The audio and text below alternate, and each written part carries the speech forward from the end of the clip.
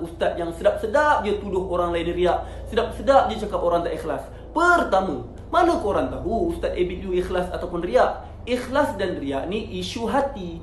Kita pun tak tahu kita ni ikhlas ataupun riak. Malaikat pun tak tahu kita ikhlas ataupun riak. Hanya Allah je tahu siapa ikhlas dan siapa riak. Innaka ta'lamu kha'inatal a'yun wa ma tukhfis sudur. Sesungguhnya Allah tahu apa yang matamu khianat, dan Allah juga tahu apa yang ada di lubuk hati. Allah je tahu seseorang tu ikhlas ataupun tak. Korang tu Tuhan ke?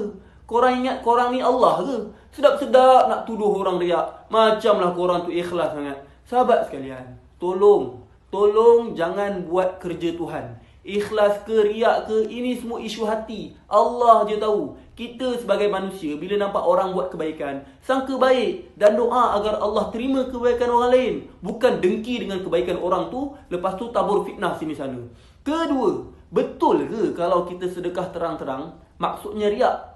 Tak juga. Sebab Allah berfirman, in tubdus sadaqati fa ni'mahi. Jika kamu sedekah terang-terangan, maka itu adalah baik untuk kamu. Surah Al-Baqarah ayat 271. Allah pun kata tak ada masalah kalau nak sedekah terang-terang. Yang korang sedap-sedap je nak haramkan apa yang Allah halalkan ni dah kenapa? Janganlah macam tu. Sebenarnya ada sebab kenapa seseorang itu sedekah terang-terangan. Ada banyak sebab. Contohnya ada orang, dia sedekah terang-terang adalah untuk dia create awareness, nak bagi orang ramai cakna. Yelah, kadang-kadang hidup kita ni senang, bazir sini sana, kedekut sini sana, merungut sini sana.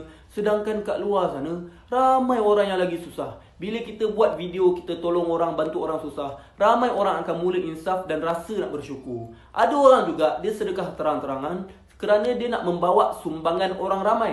Contohnya NGO. Mereka kumpulkan duit orang ramai dan salurkan pada yang memerlukan. So, mestilah kita kena tunjukkan video ataupun gambar supaya orang yang salurkan bantuan melalui NGO itu yakin bahawa duit mereka betul-betul sampai pada orang yang memerlukan. Kalau NGO tu diam je, nanti orang kata scam pula. Yelah, dah bagi duit tapi tak buat kerja, kan? Ada orang juga, dia sedekah terang-terang supaya nak jadi contoh yang baik agar orang pun ikut kebaikan dia. Dan Nabi memuji orang yang menjadi kuduah ni. Mana tahu dengan sebab kita buat kebaikan terang-terangan, orang lain pun rasa nak ikut juga buat kebaikan tu. Sekarang ni ramai orang buat dosa terang-terangan, buat jahat terang-terangan, buat maksiat terang-terangan. Boleh pula, dan kita biarkan pula. Tapi bila orang buat kebaikan terang-terang, kita fitnah macam-macam. Apa punya orang lah macam ni. Kesimpulannya, janganlah mudah-mudah tuduh orang ni riak ke tak ikhlas ke. Ikhlas ke riak ke, itu Allah je yang tahu. Kita bukan Tuhan. Tak payah memandai-mandai buat kerja Tuhan. Dan ingat, buat kebaikan terang-terangan bukanlah tanda riak. Riak ialah kita melakukan kebaikan memang semata-mata untuk dipuji. Hatta kalau kita buat kebaikan seorang-seorang, tak ada orang nampak pun. Kalau kita niat untuk dipuji manusia, itu pun riak juga. Walaupun tak ada orang nampak, walaupun kita buat sembunyi-sembunyi. Wallahualam. Kepada Ustaz Abid Liu, saya pun tak tahu Ustaz tengok atau tidak video saya ni. Kalau Ustaz tengok, saya nak bagi tahu yang Ustaz teruskanlah kerja dakwah dan kerja membantu orang. Saya selalu doa agar dakwah Ustaz menjadi asbab hidayah untuk seluruh umat, seluruh alam. Terima kasih Ustaz, jazakumullah khairan, kerana banyak membimbing dan menasihati kami semua. Dan moga Ustaz dapat bertabah dengan segala ujian dan terus kuat atas jalan dakwah ini, insyaAllah. Wallahualam, kita sebarkan video ni. Assalamualaikum warahmatullahi wabarakatuh.